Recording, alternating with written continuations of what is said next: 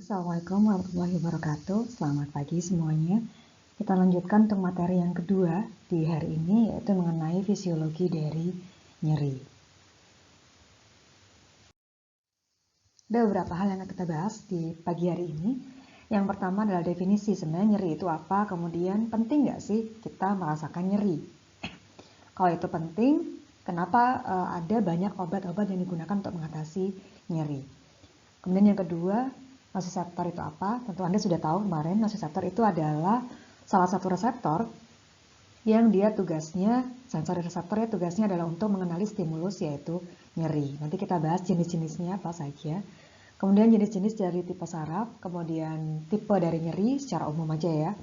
Kemudian perjalanan atau jalur dari nyeri itu sendiri, dan apa perbedaan antara allodynia dan hiperalgesia. Nanti pada nyeri biasanya perilaku nyeri itu terbagi menjadi dua. Jadi ada allodynia, ada hiperalgesia. Apa sih bedanya antara keduanya? Nah, sebelum itu coba kita lihat dulu video tentang nyeri. Semoga Anda punya bayangan setidaknya, oh nyeri itu ternyata seperti ini gitu. Baru setelah itu kita akan bahas di slide-slide yang berikutnya.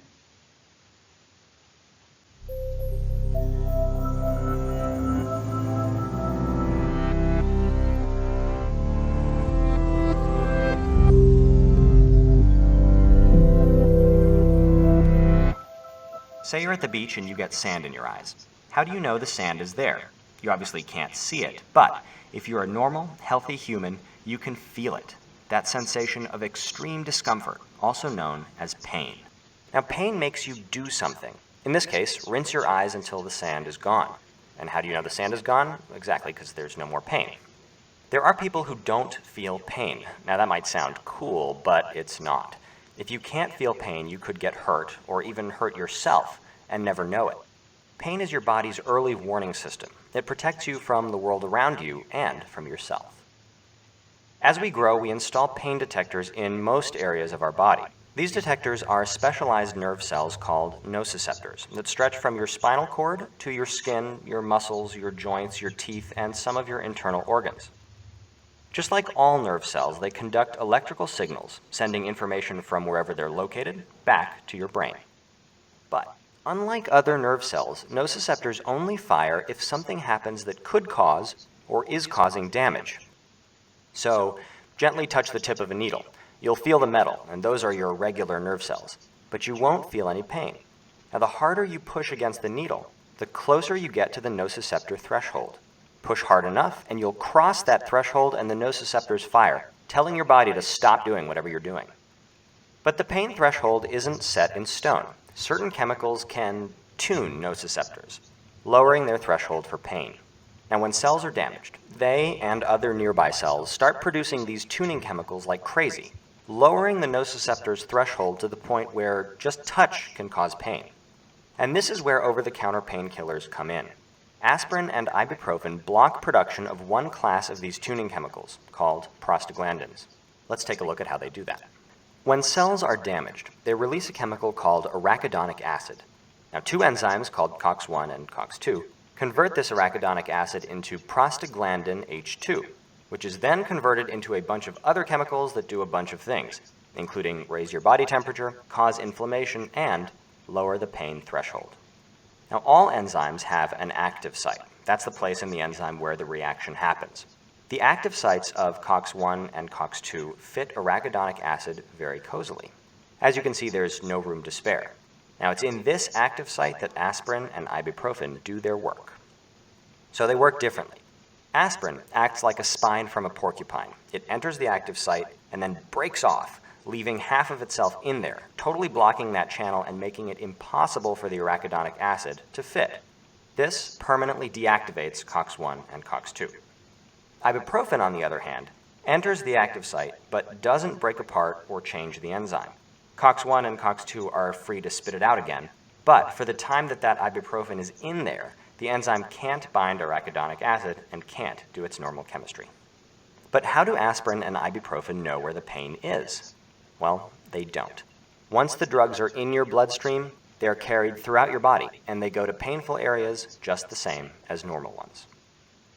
So that's how aspirin and ibuprofen work. But there are other dimensions to pain. Neuropathic pain, for example, is pain caused by damage to our nervous system itself. There doesn't need to be any sort of outside stimulus. And scientists are discovering that the brain controls how we respond to pain signals. For example, how much pain you feel can depend on whether you're paying attention to the pain or even your mood. So pain is an area of active research. If we can understand it better, maybe we can help people manage it better.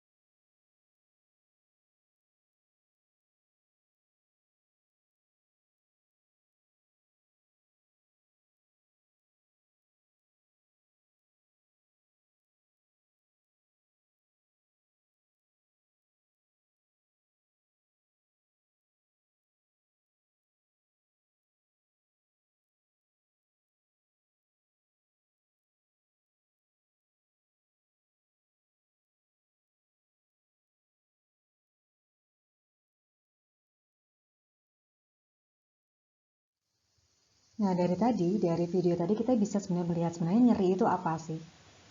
Kalau tadi dari video kita lihat bahwa nyeri itu sebenarnya merupakan suatu respon yang normal dari tubuh kita karena adanya rangsangan atau stimulus stimulus dari luar yang berbahaya. Jadi ada noxiostimulus, tubuh kita akan mengenali, salah satu cara tubuh kita mengenali adalah dengan memberikan suatu respon, yaitu nyeri, yang kita sebut dengan nyeri ya. Jadi ada banyak respon sebenarnya, nanti ada nyeri, ada inflamasi, ada demam, itu adalah respon-respon tubuh kita terhadap adanya suatu yang asing dari tubuh kita, dari luar yang masuk ke dalam tubuh kita. Dan itu merupakan suatu respon yang normal sebenarnya. Jadi orang normal pasti merasakan nyeri. Kalau kalian masih merasakan nyeri, so masih normal. Tapi ada beberapa orang yang mereka mengalami ketidaknormalan sehingga mereka tidak bisa merasakan nyeri. Nah, kalau dari definisinya dari tadi, video tadi, maka kita bisa mendefinisikan sebenarnya apa sih nyeri itu. Kalau berdasarkan International Association for the Study of Pain, jadi nyeri itu didefinisikan sebagai perasaan atau pengalaman yang tidak menyenangkan sebenarnya secara sensori maupun emosional, yang disebabkan karena kerusakan jaringan baik aktual maupun potensial. Jadi kalau dari definisi ini, kelihatannya nyeri itu kok nggak menyenangkan. Bukan hanya tidak menyenangkan secara sensori, karena kita ngerasa, oh ada nyeri, nggak enak nih rasanya, tapi juga tidak menyenangkan secara emosional. Jadi walaupun nyeri ini adalah suatu respon yang normal, tapi ketika nyeri ini terjadi secara terus-menerus, maka akan mengakibatkan ketidaknyamanan dari kita sendiri sebagai seorang pasien. Akibatnya, ketidaknyamanan tadi akan berpengaruh terhadap mental kita. Makanya kenapa ada banyak obat yang digunakan untuk mengatasi nyeri. Kalau nyeri itu hanya normal, adalah hal yang normal, tentu obat nyeri itu tidak perlu. Tapi meskipun itu adalah hal yang normal, kalian pasti pernah kan mengalami nyeri. Nyeri itu walaupun dia adalah, kalau definisinya dia memang adalah respon normal dari tubuh kita, tapi kita tetap tidak akan merasa nyaman ketika kita mengalami nyeri. Coba deh, nyeri gigi misalnya, sakit gigi. Nyaman nggak? Nggak nyaman. Kalau itu hanya terjadi mungkin hanya 5-10 menit, mungkin oh ya udah selesai gitu kan. Nggak kerasa lagi nyerinya. Tapi ketika itu terjadi dalam jangka waktu yang lebih lama, maka itu tidak hanya menyakitkan secara fisikly, tapi juga akan mengganggu secara emosional. Makanya kenapa dia didefinisikan sebagai pengalaman yang tidak menyenangkan, baik secara sensori maupun emosional. Karena ada banyak tipe nyeri yang dia ternyata memberikan efek pada pasien. Jadi pasien itu akan akibatnya lama-lama dia akan mengalami stres. Stres akan mengarah pada depresi. Karena nyeri ini punya dampak yang sangat besar. Terutama kalau nyerinya terjadi dalam jangka waktu yang sangat lama. Jadi banyak dari mereka itu yang mengalami stres, depresi, sulit tidur karena saking nyerinya, nggak bisa diatasi nyerinya. Itu yang mengakibatkan pasien mengalami stres dan depresi sehingga berpengaruh pada emosi. Itu pengertian nyeri dari organisasi nyeri internasional. Ada peneliti lain yang memperkenalkan definisi nyeri, yaitu William and Craig. Jadi nyeri itu didefinisikan sebagai sama sebenarnya. Jadi perasaan atau pengalaman yang menyebabkan stres, yang diakibatkan karena adanya kerusakan jaringan, baik itu aktual maupun potensial, yang berpengaruh. Jadi di sini ada tambahannya, bukan hanya pada sensori dan emosional, tapi juga pada kognitif dan sosial. Jadi ada berbagai macam penelitian yang menunjukkan bahwa karena nyeri ini orang nggak bisa melakukan fungsi kognitifnya. Fungsi hariannya nggak bisa dilaksanakan karena saking nyerinya. Dan karena saking nyerinya orang juga tidak mengalami gangguan untuk berhubungan sosial dengan orang lain juga. Jadi dampak dari nyeri ini luar biasa sebenarnya. Kelihatannya nggak besar karena memang nyeri ini jarang orang. Misalnya Anda mungkin pernah nggak sih orang oh ya, dia meninggal karena apa? Nyeri. Nggak ada. Hampir tidak ada orang yang diagnosa meninggalnya adalah karena nyeri. Jarang sekali, sedikit sekali persentasenya. Kebanyakan karena penyakit-penyakit lain, misalnya penyakit degeneratif, seperti diabetes, atau mungkin hipertensi, atau mungkin dari penyakit keganasan seperti kanker, atau mungkin karena infeksi. Tapi jarang orang yang diagnosa meninggalnya karena nyeri. Oleh sebab itu kadang orang menganggap bahwa nyeri ini sebenarnya hal yang remeh, padahal kalau diteruskan, nggak diterapi atau nyeri ini terjadi dalam jangka waktu yang lama, maka efeknya akan banyak sekali. Jadi pasien yang mengalami gangguan kognitif, tadi gangguan tidur, kemudian dia mengalami stres, depresi, bahkan beberapa di antara mereka mengalami ini kan biasanya akan diputus dari pekerjaannya, terjadi gangguan dalam perekonomian sehingga mengakibatkan gangguan-gangguan yang lainnya. Jadi dampak nyeri itu sangat besar sebenarnya.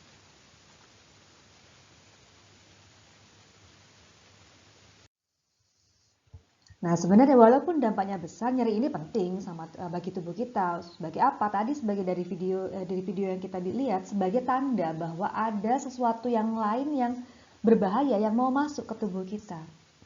Jadi memproteksi tubuh kita sebagai sebagai peringatan, memberikan peringatan bahwa ada sesuatu yang terjadi dan itu berbahaya. Sebenarnya normal, nggak ada masalah sebenarnya. Kapan itu menjadi suatu masalah? Ketika tadi nyeri itu mengganggu fungsi harian kita. Jadi mengganggu fungsi-fungsi kita dalam berhubungan dengan orang lain, social rules, kemudian kita dalam melakukan kegiatan sehari-hari. Misalnya karena kita nyeri, kita nggak bisa jalan. Karena nyeri, kita nggak bisa melakukan aktivitas harian, ganti baju, mandi, kemudian makan. Itu karena kita nyeri, kita nggak bisa melakukan itu. Akhirnya itu akan berimpact atau berdampak pada psikologis. Makanya banyak pasien nyeri, terutama nyeri kronik, nyeri jangka panjang ya, yang mereka mengalami depresi. Karena nyerinya nggak bisa diatasi. Dan kalau sekarang memang obat nyeri ya itu aja. Jadi obat-obat nyeri itu pun tidak banyak berkembang. Sehingga masih menjadi suatu masalah, apalagi untuk nyeri kronik. Kalau untuk nyeri akut nggak ada masalah. Jadi obat-obatnya masih cukup poten. Tapi untuk nyeri yang kronik, yang nyeri jangka panjang, entah nyeri karena penyakit atau nyeri karena infeksi, itu obatnya masih sampai sekarang masih debatable. Jadi obat yang ada itu efektivitasnya rendah. Kalaupun bisa dipakai, mereka juga selain efektivitasnya rendah, mereka punya efek samping yang sangat besar. Sehingga masih perlu penelitian yang lebih lanjut untuk obat-obat untuk mengatasi nyeri kronik. Berbeda dengan nyeri akut ya. Kalau nyeri akut, obat-obat yang ada sekarang bisa dipakai. Kayak misalnya di contoh, ada beberapa obat kan, ada misalnya aspirin, kemudian ibuprofen, kemudian ada juga asam mefenamat kalau kalian mungkin pernah menggunakan. Nah, itu adalah salah satu contoh obat yang bisa digunakan untuk mengatasi nyeri yang sifatnya hanya sementara.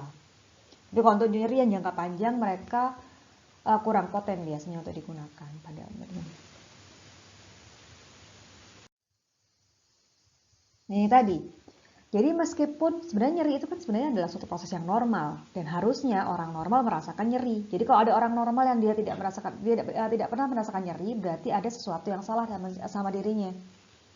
Nah, jadi ada beberapa pasien yang mereka tidak pernah merasakan nyeri karena memang dia gangguan bawaan dari lahir. Anda pernah ini nggak nonton film Korea? Kalau misalnya kalau anak sekarang suka film Korea ya, tapi kalian coba deh cari film-film Korea yang berhubungan sama kuliah. Jadi mungkin ada ada hal-hal yang bisa Anda ambil dari film Korea yang Anda lihat. Tidak hanya mengambil dari sisi yang entah itu siapa pemainnya, kemudian cerita romansnya. Kayaknya kalau itu nggak usah di ini. Jadi cari ya beberapa cerita yang mungkin bisa mewakili atau bisa menambah pengetahuan Anda sebagai mahasiswa farmasi. Jadi ada satu drama Korea. Saya nonton karena pertama saya suka juga sebenarnya sama aktornya karena dia selalu bikin cerita jadi menarik. Tapi isinya lebih menarik lagi sebenarnya drama ini. Jadi ceritanya tentang seorang dokter neurologis kalau nggak salah. Jadi dia ahli neurologi. Jadi dia tuh kerjanya ngurusin orang-orang yang mengalami nyeri. Tapi dia sendiri nggak bisa merasakan nyeri. Karena dia mengalami ini, congenital insensitivity to pain with anhidrosis. Jadi dia mengalami gangguan reseptor yang dia bisa mengenali rasa nyeri. Dan juga dia mengalami gangguan dalam menghasilkan keringat. Jadi seumur hidupnya, dia nggak akan bisa merasakan nyeri dan merasakan hal-hal yang lain. Jadi seumur hidupnya dia akan menjalani suatu proses. Jadi dia terus-menerus check up dirinya sendiri. Karena dia nggak tahu sebenarnya apa yang terjadi sama dirinya sendiri itu dia nggak karena nggak ada alarmnya. Kalau kayak kita orang normal ada alarm kan, oh nyeri berarti ada sesuatu nih. Tapi dia nggak bisa merasakan itu. Mungkin pernah nonton Dr. John, drama Koreanya. Jadi dia benar-benar nggak bisa merasakan nyeri, tapi dia kerjanya ngurusin nyerinya orang, tapi dia sendiri nggak bisa ngurusin nyeri dirinya sendiri karena dia nggak punya reseptor itu. Dia nggak punya reseptor sehingga dia nggak bisa merasakan nyeri. Jadi ketika dia bahkan dilukai, itu dia nggak akan bisa merasakan nyerinya. Dia nggak kerasa apa-apa, biasa-biasa aja. Gitu. Jadi jadi bersyukur kalau Anda masih bisa merasakan nyeri. Dan di film itu ada berbagai macam contoh nyeri. Jadi ada banyak pasien nyeri, entah itu yang neuropati lah, apa macam-macam. Jadi Anda bisa belajar di situ, oh ternyata jenis nyeri itu banyak sekali. Nggak cuma nyeri karena sakit gigi, nyeri karena dipukul temannya misalnya, atau nyeri karena ketika kita jatuh atau terkilir. Ada berbagai macam tipe nyeri. Nah, sebenarnya apa sih yang men-trigger nyeri? Jadi apa yang menstimulus terjadinya nyeri? Ada banyak sekali sebenarnya kenapa nyeri itu, apa saja sih hal-hal yang bisa mengakibatkan nyeri. Yang pertama bisa senyawa kimia. Senyawa kimia ini macam-macam, biasanya adalah senyawa-senyawa yang sifatnya asam. Nah, kalau kita penelitian di farmakologi, kita kan nanti Anda akan penelitian dengan hewan, penelitian dengan hewan ya, ada praktikum yang menggunakan hewan. Nanti akan kalian lihat bagaimana sih cara menginduksi nyeri pada hewan coba. Jadi salah satunya hewan coba itu diinduksi menggunakan asam, yaitu asam asetat. Diinduksi asam asetat di bagian perutnya, sehingga nanti hewan itu akan menggeliat-geliat. Jadi akan menggeliat, nah itu kita akan menghitung berapa jumlah geliatnya karena nyeri tadi. Jadi salah satu nyeri karena terjadi induksi dari senyawa kimiawi. Bisa juga karena mekanik, jadi karena tekanan, itu bisa juga mengakibatkan terjadinya nyeri. Jadi kalau pada hewan juga bisa, jadi dicoba, memang hewannya ditekan, telapak kakinya akan ditekan sampai dia biasanya berteriak atau dia berusaha untuk melepaskan diri dari tekanan tadi. Jadi diberikan beban sampai dia merasakan nyeri. Jadi bebannya ditingkatkan terus. Oh, ini segini masih belum nyeri, tambah lagi terus, begitu seterusnya. Jadi 5 gram nggak bisa, belum nyeri. 10 gram belum, 15 belum, 20 belum. Sampai dia merasakan nyeri. Biasanya kalau orang mencit normal atau tikus normal itu dia sampai bisa menahan sampai 100-120 gram untuk telapak kaki ya. Kemudian bisa juga karena suhu. Suhu yang panas atau suhu yang dingin. Di atas 42 atau kurang dari 10. Makanya mungkin Anda pernah, kalau misalnya coba deh, Anda masuk ke dalam freezer tangannya. Pasti Anda akan merasakan nyeri. Dan kalau Anda udah pernah, mungkin Anda pernah nggak sakit gigi, terus suasana suhunya pas kita lagi, terutama di malam hari, misalnya dini hari, suhunya dingin. Apa yang Anda rasakan? Semakin nyeri. Jadi dia akan semakin men-trigger nociceptor. Begitu juga dengan panas. Pernah nggak ketika panasnya terlalu terlalu tinggi, kita mengalami heat shock. Jadi kepala itu rasanya sakit banget. Jadi itu salah satu pemicu dari nyeri. Kalau pada hewan juga bisa. Jadi hewan tuh akan bisa kalau kita coba pada hewan ya, kita akan coba untuk hewan ditaruh di hot plate misalnya. Diukur suhu hot plate-nya dibikin di atas 42. Jadi mereka akan menunjukkan suatu perilaku nyeri. Jadi kalau kita di lantai kita panas, apa sih yang kita lakukan? Ngangkat telapak kaki kan biasanya. Gimana caranya supaya kita nggak terlalu bersentuhan dengan lantai yang panas tadi atau lantai yang dingin tadi. Nah, hewan juga begitu, dia akan berusaha untuk ngangkat telapak kakinya, entah itu dia melompat atau ngangkat telapak kaki, atau dia berusaha untuk menghindari sumber panas tadi. Dia akan berjalan terus untuk menghindari itu tadi. Nah, jadi itu adalah respon-respon nyeri. Dan ini adalah penyebab nyerinya. Jadi sebenarnya ada kimia, mekanik, suhu, ada juga ini senyawa biologis misalnya karena bakteri atau karena virus. Jadi ada berbagai macam penyebab dari nyeri yang bisa dikenali oleh nociceptor. Jadi dikenali oleh reseptor nyeri.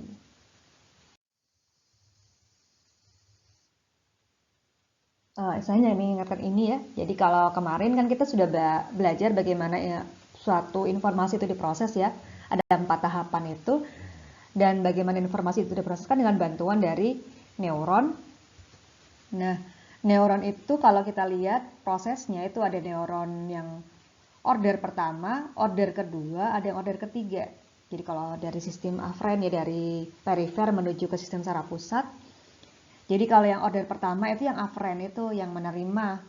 Jadi setelah kan ketika ada stimulus diterima oleh neuron sensori. Neuron sensori nanti akan jalan kan, dia akan jalan sampai menuju ke neuron yang berikutnya. Nah, neuron pertama yang kita sebut dengan afferent neuron itu adalah neuron order ke-1. Itu menuju ke medula spinalis atau ke spinal cord. Dari spinal cord menuju ke thalamus itu adalah neuron order ke-2. Dari thalamus ke cortex itu adalah neuron order ke-3. Jadi ada beberapa neuron kan kemarin. Nah, baru dari korteks, dari CNS sistem saraf pusat ada beberapa neuron tergantung pada sistem sarafnya, apakah dia otonomik ataukah dia somatik. Jadi berbeda kan, kalau somatik hanya satu, kalau otonomik dia dua.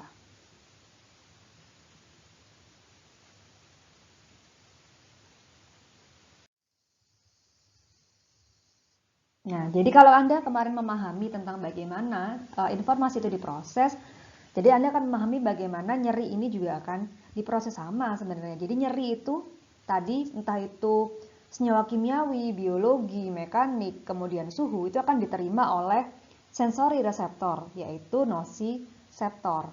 Dari nosiseptor, sinyal tadi akan ditransmisikan menuju kemana? Menuju ke medula spinalis. Bagian apa? Bagian dorsal horn.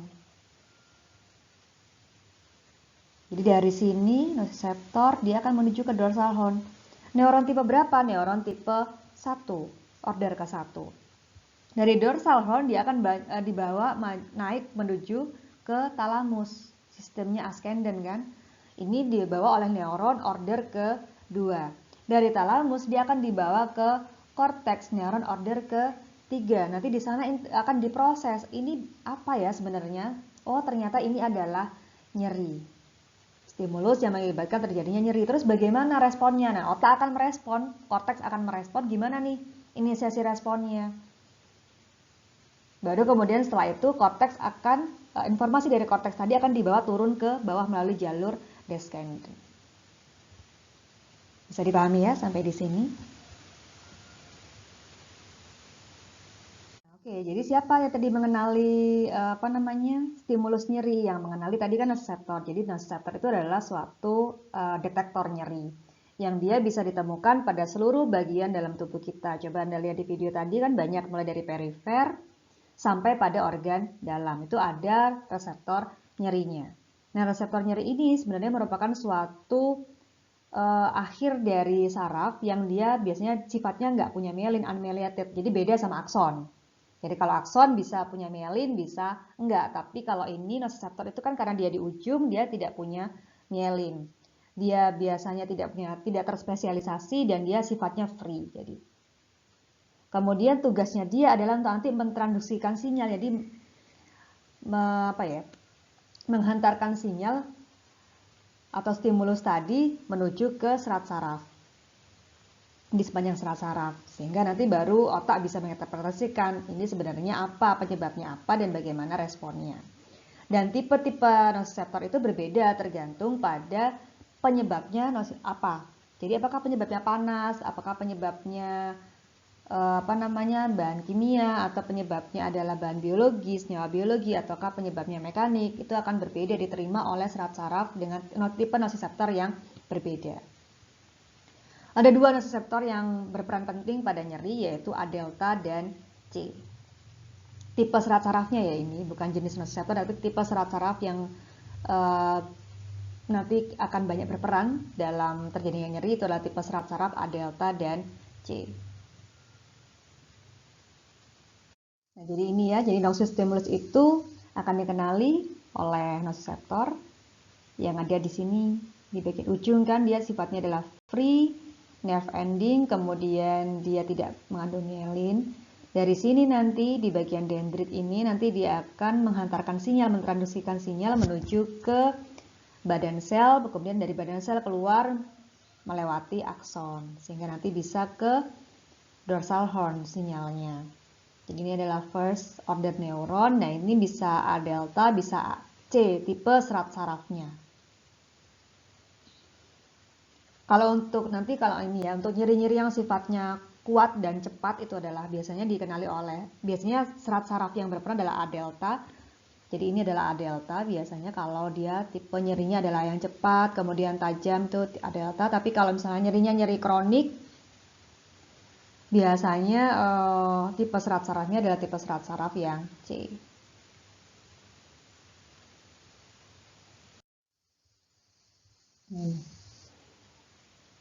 Jadi ada A delta ini, ada C. Nanti mereka berbeda, jadi stimulus yang berbeda akan merangsang serat saraf yang berbeda. Serat saraf C ini dia letaknya lebih dalam kalau saya nggak salah dibandingkan dengan A delta. Jadi Biasanya kalau nyeri-nyeri yang biasa itu A delta dulu, tapi kalau untuk nyeri yang sifatnya lebih ini, biasanya baru dia akan kena serat saraf C. Ini contoh-contohnya ya. Ini misalnya nyeri karena mekanik, nanti ke saraf A delta. Atau bisa juga nyeri karena, kalau ini nyeri karena senyawa kimia atau panas tuh serat saraf C. Misalnya Anda nyeri karena habis makan cabai, nyeri pada bagian lambung, maka di sana serat sarafnya adalah serat saraf C. Atau nyeri karena kena panas, itu adalah serat saraf C. Jadi mungkin kalau nyeri karena dipukul temannya misalnya, atau terantuk meja, itu adalah mungkin yang kena adalah serat saraf A delta yang nanti akan mengenali nociceptor pada serat saraf A delta.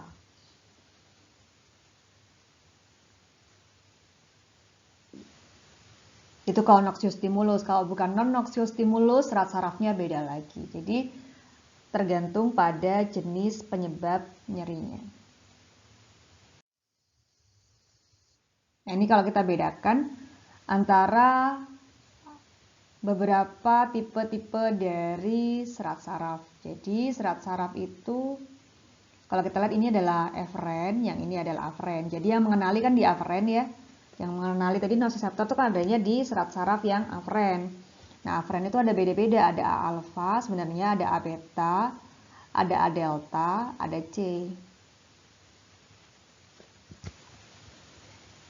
Jadi tipe saraf tergantung. Jadi yang semakin yang A itu yang dia punya mielin. Yang paling banyak mielinnya A alfa, A beta. Kalau A delta itu ada mielin tapi mielinnya tipis. Nah, ini biasanya memang untuk nyeri, nociceptor.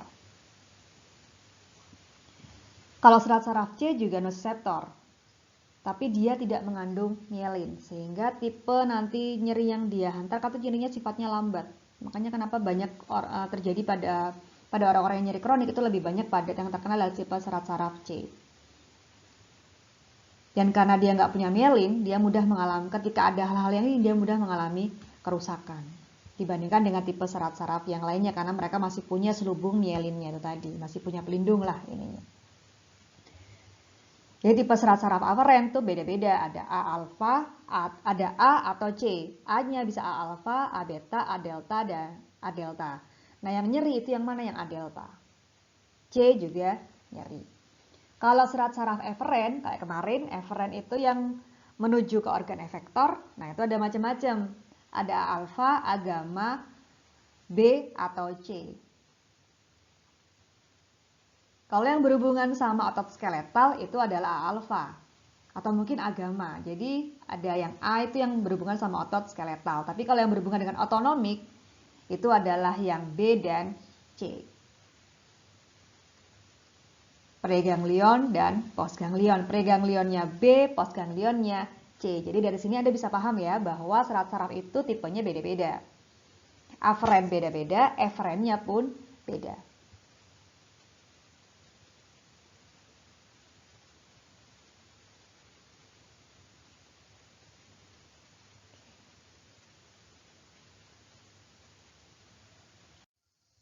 Nah, ini. Jadi kalau kita lihat ini yang A alfa, A beta itu yang memang sangat termielinasi. Semakin hurufnya semakin ke ini ya, semakin tidak punya mielin, jadi semakin tipis, dan ini nggak punya mielin. Yang banyak mielinnya ini yang untuk fungsi motorik. Gampangnya mengingatnya, kalau yang mielinnya tipis atau nggak punya mielin itu untuk fungsi sensori. Kalau otonomik ya tergantung serat saraf C itu ada juga yang dia, atau mungkin dia otonomik. Jadi kalau yang mielin biasanya yang motorik yang highly, jadi yang benar-benar mielinnya tebal itu untuk fungsi motorik. Tapi kalau untuk yang fungsi sensori atau otonomik itu kebanyakan dia mielinnya tipis atau tidak punya mielin. Semoga bisa dipahami ya ini. Contohnya aja. Jadi ini A beta yang dia punya mielin ya. Nah, kemudian A delta itu ada A delta tipe 1, ada A delta tipe 2. Ada serat saraf C. Nah, kalau misalnya kalau untuk suhu yang lebih tinggi itu nanti bisa kena A delta yang tipe 1 yang dia suhunya di atas 53. Kalau yang hanya di atas 43 kan sebenarnya bisa nyeri, tapi itu tipenya adalah A delta tipe 2. Tapi kalau lebih dari 53 itu A delta tipe 1 juga akan mengalami kerusakan, mengalami gangguan. Jadi dia akan juga terstimulasi kalau pada di atas suhu 53.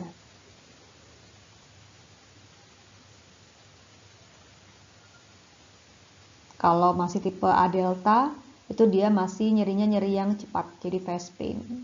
Jadi prosesnya, oh ini nyeri karena ini, itu cepat. Kalau misalnya Anda tadi di video kena jarum, itu adalah A delta, cepat karena responnya. Tapi kalau nyeri yang kenanya sekarang, kemudian baru kerasanya besoknya, kemudian dari itu bertahan lama, nah berarti yang terkena adalah tipe serat saraf yang C. Kenapa disebut capsaicin? Karena capsaicin ini merupakan salah satu senyawa kimia pertama yang dikenali reseptor nyerinya. Makanya kenapa banyak obat-obat sekarang untuk mengatasi nyeri yang mereka ingin kerjanya itu mirip seperti capsaicin. Jadi mereka ingin kerja pada reseptor yang dikenali juga oleh capsaicin juga. Nah, berdasarkan durasinya, nyeri ini kita bagi menjadi dua, yaitu nyeri akut dan nyeri kronik. Dari kata-katanya aja sudah ketahuan bedanya. Jadi yang satunya sifatnya hanya sementara, yang satunya sifatnya jangka panjang. Jadi nyeri akut itu biasanya merupakan suatu respon dari kerusakan jaringan. Jadi ya respon proteksi itu ada di nyeri akut. Penyebabnya kebanyakan diketahui, durasinya pendek. Dan sebenarnya kadang-kadang tidak perlu ditreatment. Jadi dia biasanya adalah self-limiting disease. Jadi sembuh dengan sendirinya. Hilang dengan sendirinya sebenarnya. Cuma tergantung orangnya sensitif atau enggak. Kadang kalau orangnya sensitif, dia nggak mau, ya tetap minum obat nyeri aja. Kemudian jarang mengakibatkan toleransi atau ketergantungan atau dependence, ya ketergantungan. Jarang menyebabkan gangguan secara psikologis, insomnia maupun depresi. Kalau nyeri kronik sebaliknya.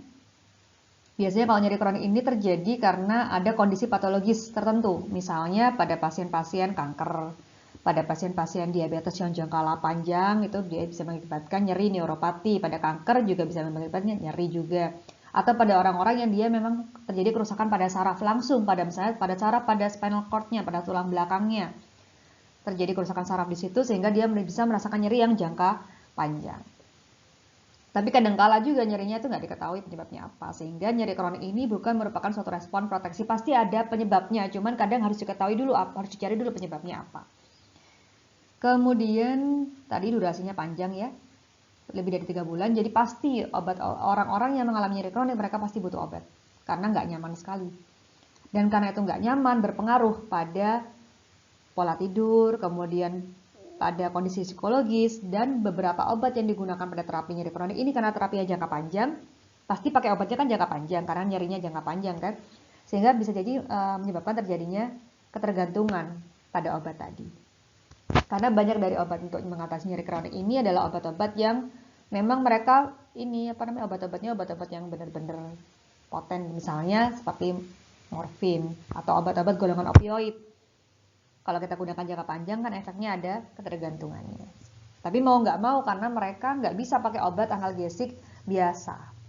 Jadi nggak bisa diobati pakai aspirin, asam efenamat tuh nggak bisa.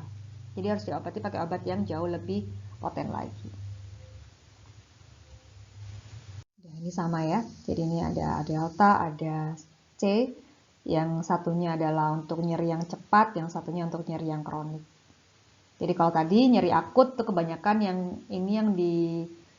yang berperan adalah serat saraf A delta, kalau nyeri yang kronik lebih banyak yang berperan adalah serat saraf C. Nah, bagaimana proses perjalanan dari nyeri tadi atau jalur nyeri itu sebenarnya seperti apa? Jadi perjalanan nyeri itu melibatkan 4 tahapan.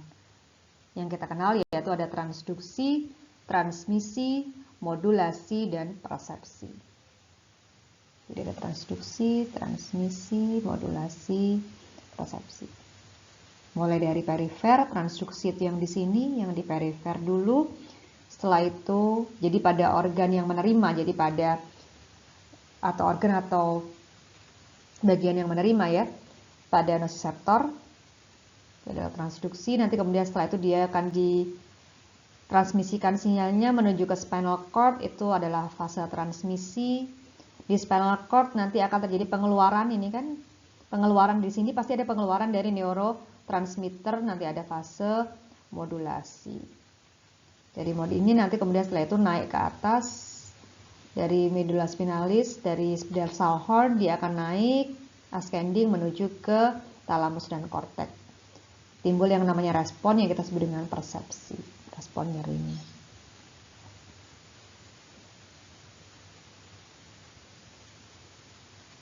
Nanti kita bahas satu-satu di bagian-bagian yang di slide yang selanjutnya ya. Tahapan yang pertama itu adalah transduksi. Jadi transduksi itu merupakan suatu proses pengenalan kan tadi oleh noxiostimulus. Apapun ya jenis stimulusnya tadi apa, entah itu mekanik, kemudian termal, apakah itu suhu, ataukah itu bahan kimia atau bahan senyawa biologis, itu akan dikenali kan oleh nosiseptor. Nah, dari nosiseptor itu Anda harus ingat kemarin bahwa untuk menghantarkan nyeri itu harus melalui adanya perubahan dari potensial membran, harus ada perubahan dari potensial listriknya. Nah, sehingga semua stimulus yang dikenali tadi harus dirubah dulu, dikonversi menjadi aktivitas elektrik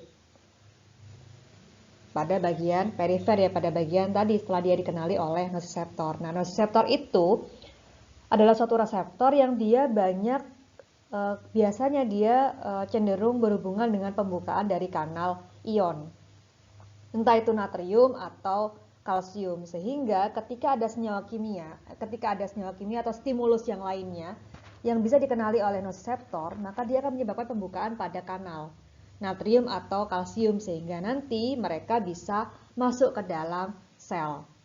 Akibatnya menyebabkan terjadinya proses depolarisasi. Masih ingat ya? Proses depolarisasi sehingga nanti terjadi yang kita sebut dengan potensial aksi. Sehingga nanti sinyal itu bisa dihantarkan dari dia yang di nosiseptor ke badan sel, kemudian ke akson sampai pada terminal button. Jadi proses perubahan tadi sinyal stimulus noxistimulus menjadi sinyal elektrik itu dilakukan pada fase transduksi.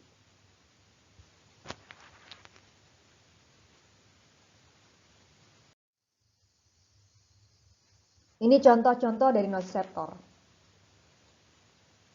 Nggak perlu dihafal juga, nggak. Jadi ini hanya tahu-tahu aja. Ini adalah transien reseptor protein vanilloid. Jadi biasanya jadi ada banyak tipe tergantung dari stimulus. Jadi stimulus yang berbeda itu akan dikenali oleh tipe nosiseptor yang berbeda. Dan jangan dibayangkan mereka jumlahnya hanya satu. Jadi ada banyak sekali nosiseptor yang ada di berbagai bagian dalam tubuh kita.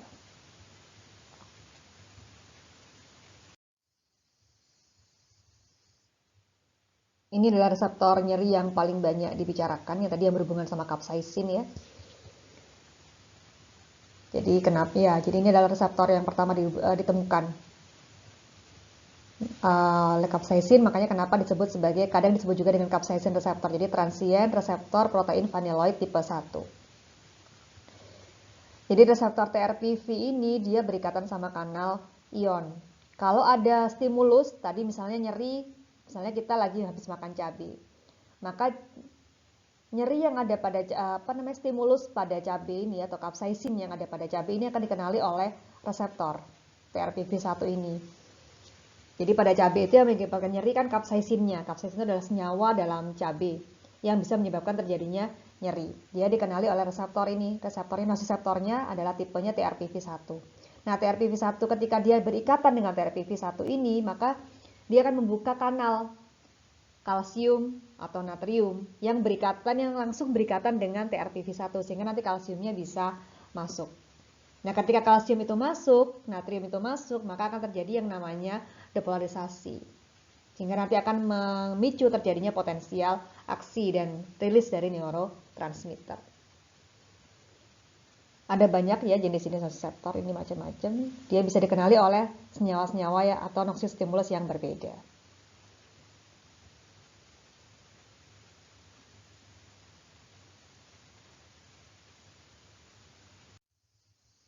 Nah, baru kalau sudah terjadi proses depolarisasi tadi kan, sehingga sinyal tadi akan ditransmisikan. Jadi transmisi itu adalah proses penghantaran sinyalnya.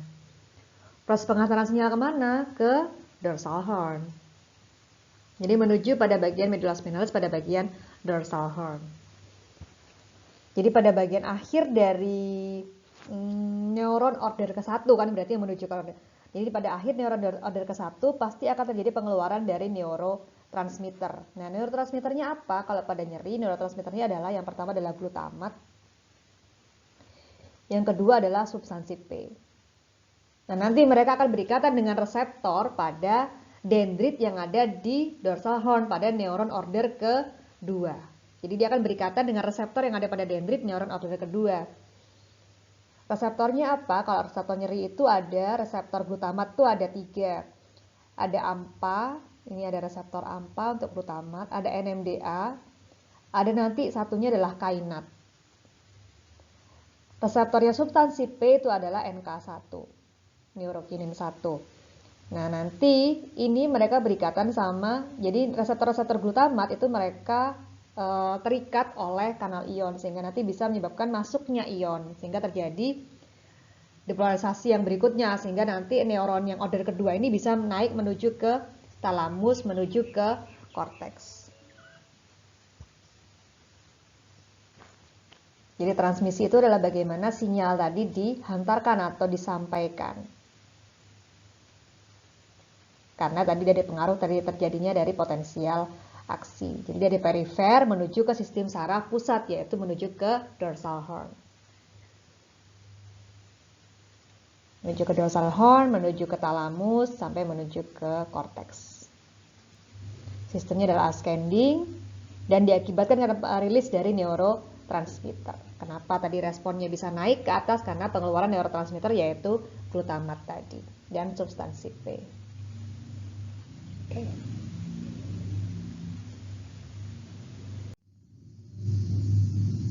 Jadi transmisi adalah proses perjalanan bagaimana sinyal itu disampaikan.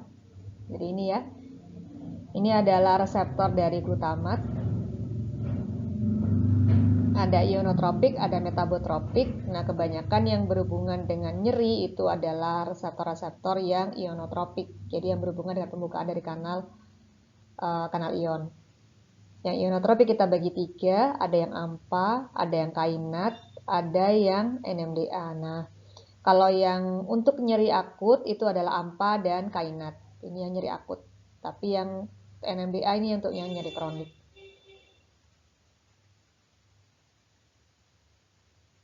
Jadi ini adalah nyeri akut ya. Kalau nyeri akut nanti glutamatnya akan berikatan dengan 2 reseptor, akan mengaktifasi 2 reseptor AMPA dan kainat. Kalau nyeri kronik agak lama karena nyeri kronik ini dia punya ion penghalang yaitu ion magnesium. Dan ion magnesium ini dia baru bisa lepas dari penutup kanal ionnya itu kalau stimulusnya jangka panjang. Makanya kenapa ini lebih banyak terjadi pada nyeri kronik. Jadi kalau nyerinya akut dia nggak bisa, magnesium ini nggak bisa lepas di sini. Jadi kanalnya tidak akan bisa terbuka. Tapi ketika nyerinya jangka panjang, nanti magnesiumnya lepas, kanal ini akan terbuka. Sehingga terjadi aktivasi dari NMDA, sehingga nanti efeknya adalah nyeri kronik. Jadi berbeda antara nyeri akut dan nyeri kronik, mereka mengaktifkan reseptor yang berbeda. Nah, baru pada fase modulasi. Jadi pada fase modulasi itu adalah proses bagaimana sinyal tadi diproses. Bagaimana terjadi keseimbangan antara analgesik, jadi pada neurotransmitter eksitatori dan inhibitori pada endogen analgesik. Jadi dalam tubuh kita tuh sebenarnya kita punya analgesik endogen. Jadi kalau kita nyeri, tubuh kita kan berusaha memberikan suatu anti nyeri. Sebenarnya tubuh kita tuh sebagus itu gitu. Sekeren itu sebenarnya.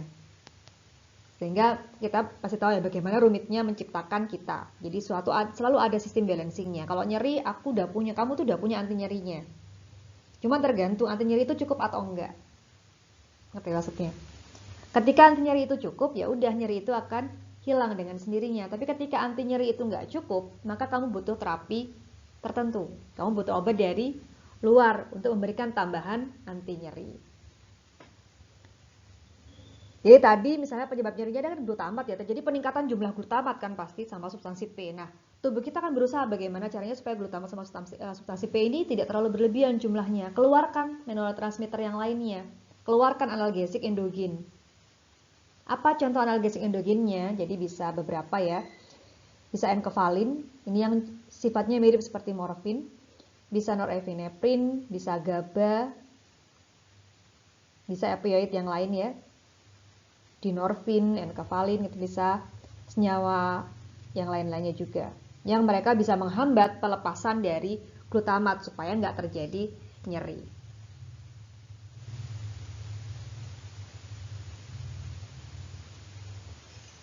Bisa dipahami? Jadi kalau ini tipenya adalah descending jalurnya.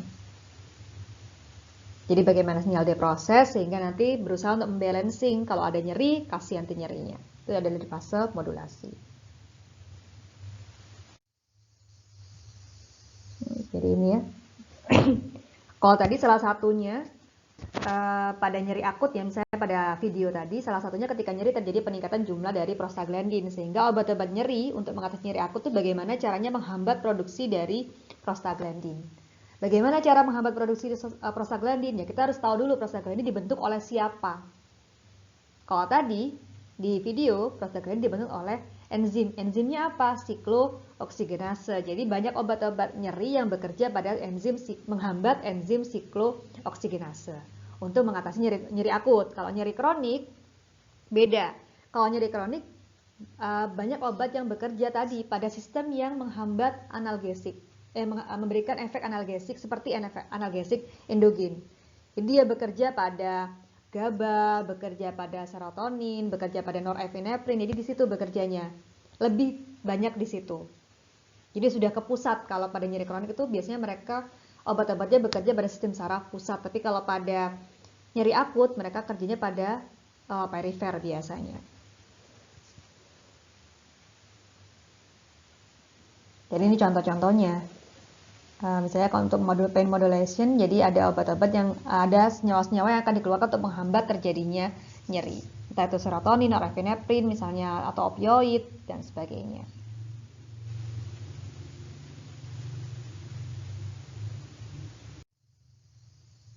Baru kemudian fase yang terakhir adalah, tahapan yang terakhir adalah persepsi.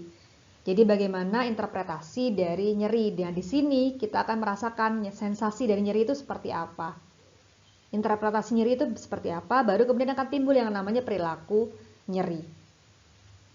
Misalnya Anda mengibaskan tangan, atau misalnya Anda berusaha untuk berjingkat kalau misalnya ini, atau misalnya hal-hal yang lainnya.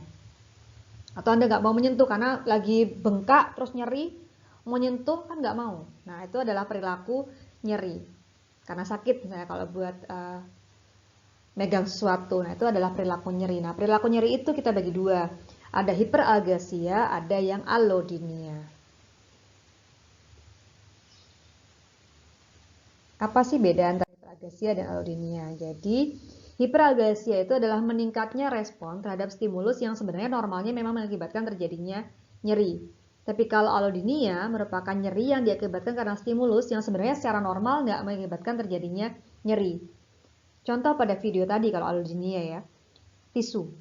Pernah nggak Anda nyeri karena pegang tisu? Pernah nggak ada orang mengadu-ngadu karena pegang tisu? Orang normal loh ya. Kecuali itu acting beda. Kalau orang normal enggak.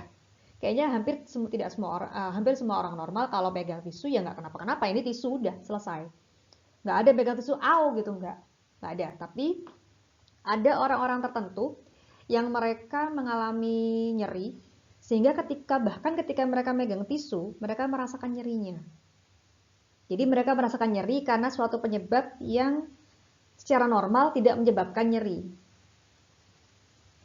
Anda akan bisa lihat nyeri-nyeri ini pada orang-orang yang mengalami neuropati. Entah itu karena diabetes atau karena penyakit yang lain. Jadi mereka akan mengalami allodynia ini. Dibuat megang aja, nyentuh meja, nyeri. Padahal kalau orang normal kan ya enggak. Tapi kalau hiperalgesia beda. Nyeri karena memang stimulusnya mengakibatkan nyeri. Kalau orang normal misalnya gini, ketika ada panas misalnya suhu, kita ada di suhu yang 45 misalnya. Kita merasakan nyeri. Pusing kepala kita, sakit, nyeri. Tapi orang-orang yang dia hiperalgesia, suhu segitu, nyerinya itu akan jauh lebih hebat dibandingkan orang normal. Jadi terjadi peningkatan respon nyeri. Itu kalau pada hiperalgesia. Sebenarnya udah nyeri, tapi kalau orang hiperalgesia lebih nyeri lagi. Kalau orang normal mungkin cuman mengaduh, kalau orang hiperalgesia bisa sampai menangis. Jadi beda ininya, peningkatan respon nyerinya. Kalau allodynia, orang normal santai-santai aja. Orang allodynia nangis. Jadi yang normalnya santai nangis, atau yang dari normal dia mengaduh ke nangis. Satunya hiperalgesia, satunya allodynia. Jadi Anda harus bisa bedakan antara keduanya. Jadi kalau di sini allodynia, ini yang paling awal. Bahkan bukan oksiostimulus aja, dia sudah nyeri. Tapi kalau hiperalgesia, normalnya dia di sini, orang normal itu di sini, misalnya baru nyeri, dikasih nyeri, baru di sini dia nyeri, baru di sini titik ini ya dia nyeri. Kalau pada orang hiperalgesia, lebih mundur lagi. Jadi ambang nyerinya itu akan turun, sehingga dia lebih mudah mengalami nyeri.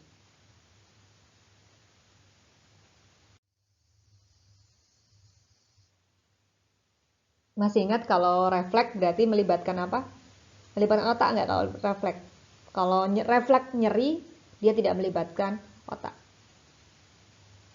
Jadi hanya melibatkan medula spinalis atau sumsum tulang belakang atau spinal cord.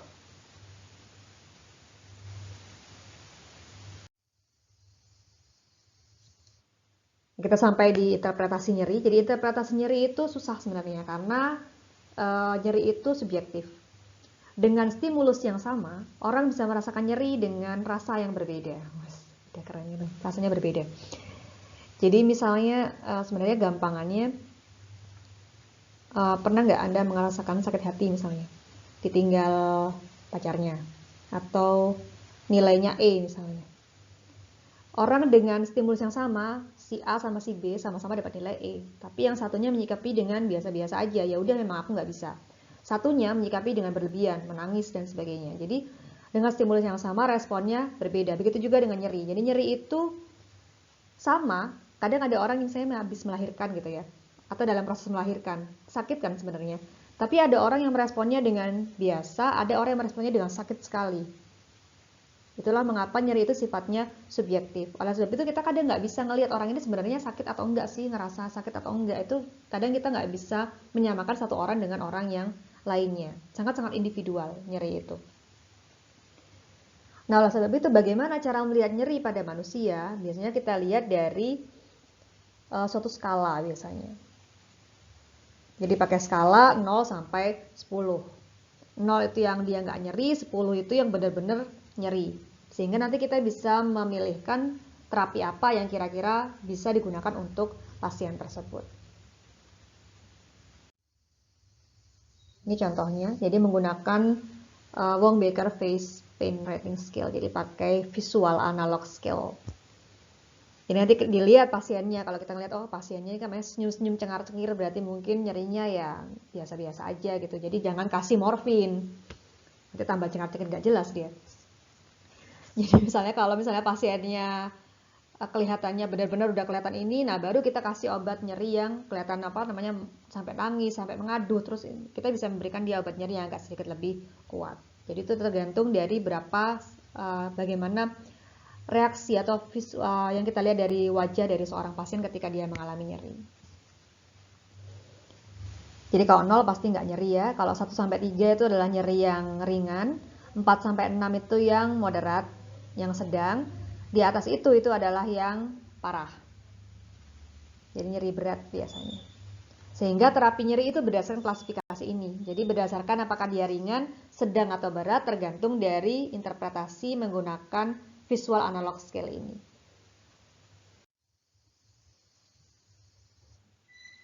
Sehingga nanti terapinya ada macam-macam. Jadi kalau misalnya 1 sampai 3 itu terapinya apa? Oh, ternyata bisa pakai asam mefenamat aja, tapi kalau ternyata dia skalanya 4 sampai 6, nah itu terapinya beda lagi. Di atas 6 itu beda juga. Itu ya tadi tentang interpretasi dari nyeri. Jadi interpretasi nyeri yang berbeda itu akan memberikan satu terapi yang berbeda, dan harus diingat bahwa nyeri itu unik, spesifik dan individual. Jadi subjektif sekali. Jadi jangan menyamakan satu orang misalnya kamu gitu aja nangis gitu. Padahal enggak. Karena nyeri itu benar-benar sangat subjektif, sangat individual, sangat ya private. Jadi beda. Satu orang sama orang yang lainnya itu beda. Walaupun penyebabnya sama, itu efeknya bisa tidak sama. Jadi orang dipukul atau orang misalnya kena apa sesuatu sama, pukulannya sama, beban yang dipukulkan sama, tapi responnya bisa berbeda. Sehingga kalau kita coba pada hewan itu juga nanti range-nya besar banget, deviasinya besar. Kalau begitu juga pada hewan juga begitu. Pada manusia pun begitu. Jadi rangsangan yang sama, efeknya itu bisa jadi berbeda-beda.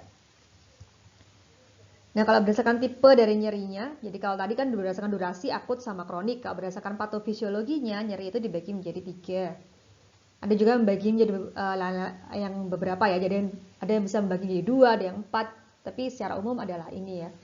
Berdasarkan patofisiologinya, ada nyeri nosiseptif, ada nyeri neuropati, dan nyeri inflamasi. Jadi kalau nosiseptif tadi nyeri yang karena fungsi proteksi memang, jadi biasanya adalah nyeri akut. Kalau nyeri neuropati dan inflamasi ini kebanyakan adalah nyeri yang sifatnya kronik. Neuropati karena kerusakan pada saraf langsung. Inflamasi karena terjadinya proses inflamasi, misalnya karena infeksi atau memang karena penyakit-penyakit tertentu yang efeknya adalah inflamasi. Nah, biasanya mereka akan disertai dengan nyeri. Karena nanti Anda akan belajar di farmakologi bahwa salah satu tanda inflamasi itu adalah nyeri. Jadi ada kalor, rubor, dolor, tumor, dan fungsiolaesa. Nah, salah satunya adalah nanti di dalamnya itu adalah nyeri, yaitu dolornya itu tadi.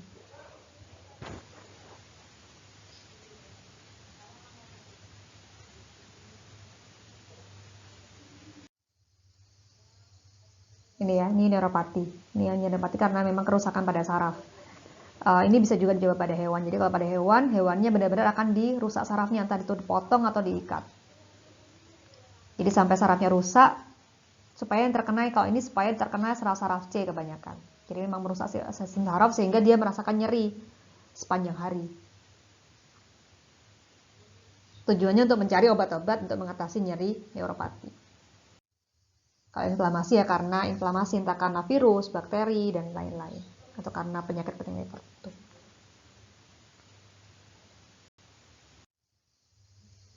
Kalau ini yang nosiseptif. Nyeri nosiseptif. Oke. Nah, oleh sebab itu, karena tadi bahwa nyeri itu sebenarnya merupakan suatu respon proteksi, tapi pada beberapa hal ternyata nyeri itu mengakibatkan rasa yang tidak menyenangkan dan mengganggu aktivitas harian dan mengganggu kehidupan seseorang, makanya banyak digunakan obat-obat anti nyeri atau yang kita sebut dengan analgesik. Nah, analgesik itu kerjanya bisa macam-macam. Tadi kan tergantung kan, dia mau bekerja di mana, pada fase yang apa, pada fase transduksika, transmisika, modulasika, atau persepsika. Kalau obat-obat yang dibahas pada video itu adalah obat-obat yang bekerja pada fase transduksi, karena dia di fase awal memang.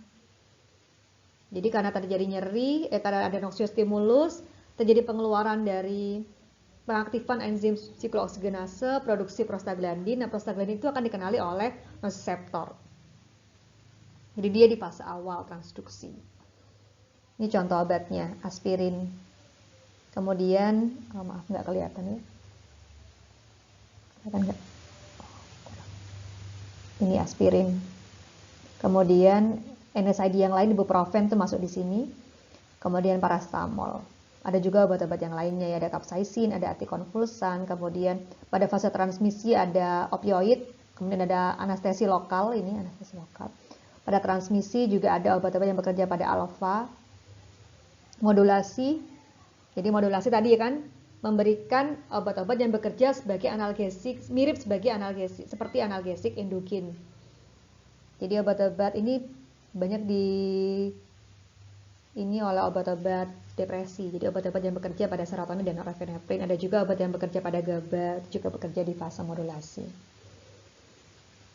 Terus ada obat-obat yang bekerja pada fase persepsi. Jadi opioid, kemudian alfa agonis, trisiklik antidepresan, jadi trisiklik antidepresan, selektif serotonin reuptake inhibitor.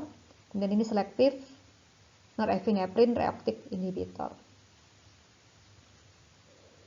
Jadi ada beberapa obat yang bekerja pada fase-fase yang berbeda. Loh Bu, tadi kan Ibu bilang bahwa capsaicin mengakibatkan terjadinya nyeri. Kok ini digunakan sebagai obat anti nyeri? Kalian pernah tahu nggak sediaan hot cream yang isinya capsaicin? Jadi capsaicin sebagai anti nyeri itu dipakainya lebih banyak pada topikal. Jadi mereka nggak diminum, karena kalau diminum Anda bisa tahu sendiri capsaicin diminum.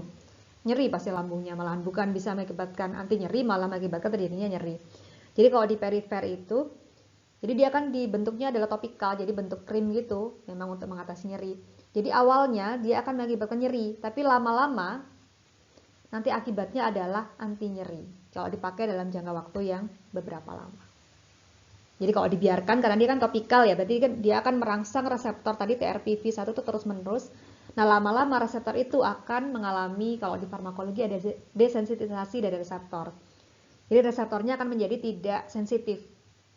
Akibatnya dia tidak bisa mengeluarkan glutamat, dia tidak bisa menghantarkan sinyal sehingga tidak terjadi nyeri. Tuh. Secara garis besar ya, kalau nanti Anda tertarik baru Anda coba deh baca-baca lagi tentang capsaicin sebagai anti nyeri. Padahal dia merupakan senyawa yang mengakibatkan terjadinya nyeri. Sehingga banyak obat-obat sekarang berusaha gimana caranya bekerja mirip seperti capsaicin tapi bisa diminum secara peroral. Nah itu masih belum ini, karena banyak obat yang mirip seperti capsaicin ya ketika dia diminum per oral, efeknya pada iritasi lambung.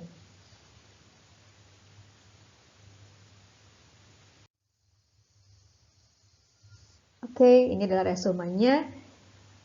Noxiostimulus dikenali oleh nociceptor yang ada pada sepanjang permukaan dari dendrit, tergantung noxiostimulusnya apa. Kalau pada nyeri bisa kimiawi, mekanik, kemudian bisa termal, dan bisa senyawa biologis. Kemudian dia akan menyebabkan pembukaan kanal di sini, terjadi proses transduksi, pembukaan kanal, natrium atau kalsium, terjadi depolarisasi, potensial aksi. Sinyal akan berjalan dari awal, dari dendrit, dia akan jalan ke sepanjang akson, sehingga terjadi pengeluaran neurotransmitter. Neurotransmitter nyerinya adalah glutamat dan substansi P. Glutamatnya berikatan sama reseptor glutamat, ada AMPA, kainat, atau NMDA, tergantung apakah stimulusnya akut atau kronik. Kemudian yang substansi P berikatan sama neurokinin 1 atau NK1.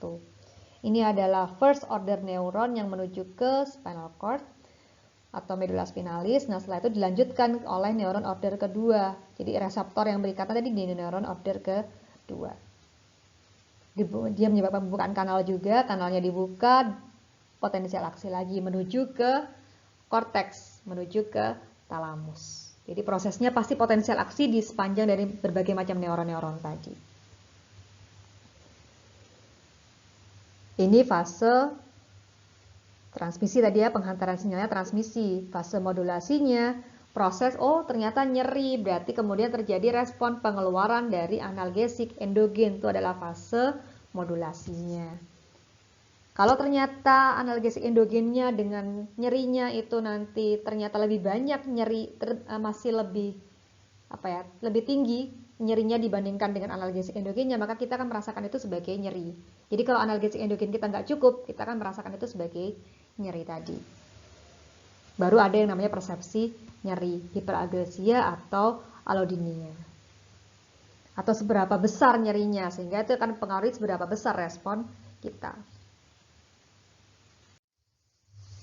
Sampai di sini saja untuk materi mengenai fisiologi nyeri. Nanti kalau ada hal-hal yang ingin Anda tanyakan, bisa kita tanyakan pada saat diskusi materi ya. Terima kasih, semoga bermanfaat untuk Anda dan kita semua. Saya akhiri dulu untuk kuliah yang materi ini. Wassalamualaikum warahmatullahi wabarakatuh dan selamat pagi.